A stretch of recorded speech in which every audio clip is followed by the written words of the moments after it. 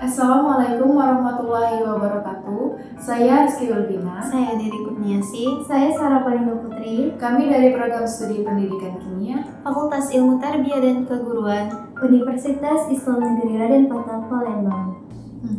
Baik, di sini kami akan mempresentasikan PPT dengan judul materi Prinsip dan Penulisan Karya Tulis Ilmiah. mata kuliah penulisan karya ilmiah, dosen pengampu Bapak Dr. Muhammad Isnaini SAG MPD.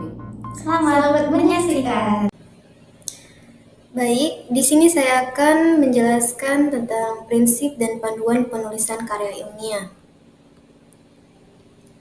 Di latar belakang, karya ilmiah berperan penting dalam dunia akademik sebagai sarana penyampaian hasil penelitian secara sistematis dan dapat dipertanggungjawabkan. Namun, banyak mahasiswa masih kesulitan memahami prinsip dasar penulisan ilmiah, seperti struktur, bahasa, dan penyajian data yang benar. Prinsip penulisan utama penulisan ilmiah ini meliputi etika penulisan, proses berpikir ilmiah, serta syarat akademik. Dengan memahami prinsip-prinsip ini, mahasiswa dapat menghasilkan karya ilmiah yang berkualitas, yang bermanfaat bagi perkembangan ilmu pengetahuan. Oleh karena itu, pemahaman tentang prinsip dan tahapan penulisan ilmiah dapat penting dalam dunia akademik. Dalam prinsip penulisan karya ilmiah, yang pertama itu adalah etika dalam penulisan karya ilmiah, yang meliputi akurat dalam menulis, yang kedua menjunjung tinggi tanggung jawab, yang ketiga tidak mengubah fakta dengan dugaan, yang keempat tidak menggunakan ide orang lain tanpa sumber, yang kelima tidak memanipulasi data atau grafik, yang keenam tidak membuat dugaan pribadi dalam laporan. Lanjut ke slide berikutnya, yaitu proses berpikir ilmiah. Dalam proses berpikir ilmiah ini terdapat dedukatif atau kesimpulan dari umum ke khusus. Yang kedua itu ada indukatif, kesimpulan dari khusus ke umum. Yang ketiga ada berpikir ilmiah, kombinasi dedukatif dan indukatif.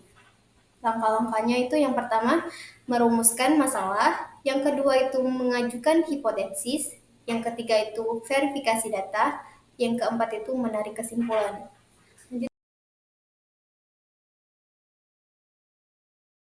Yang ketiga itu ada syarat karya ilmiah. Yang pertama ada berdasarkan hasil penelitian. Yang kedua itu ada pembahasan objektif. Yang ketiga mengandung masalah yang perlu disolusi. Yang keempat itu menggunakan metode tertentu. Dan yang terakhir bahasa yang jelas, terperinci, dan cermat. Yang keempat ada tahap-tahap penulisan karya ilmiah. Persiapan, pemilihan topik dan studi pustaka, penggunaan data, kepustakaan dan penelitian lapangan, dan pengorganisasian data, seleksi dan analisis, penyuntingan, pemeriksaan isi dan bahasa, pelaporan, penyajian hasil penelitian dengan format engrafi. Yang kelima itu ada kesalahan umum dalam karya ilmiah. Yang pertama ada kalimat tidak utuh, kalimat rancu, urutan kata salah, pemakaian kata dan ungkapan salah, penggunaan kata depan yang keliru, kesalahan dalam penyerapan istilah. Baik, saya akan melanjutkan penjelasan dari Rizky Wilbina. Materi berikutnya yaitu panduan penyusunan karya ilmiah yang meliputi 1. Pemilihan judul yang menarik yang merupakan suatu kunci utama karya ilmiah tersebut dapat dilihat oleh orang-orang. Yang kedua, membangun judul yang berstruktur karya tulis. Yang ketiga, mengumpulkan bahan penelitian. Yang keempat, menulis dengan menggunakan imajinasi.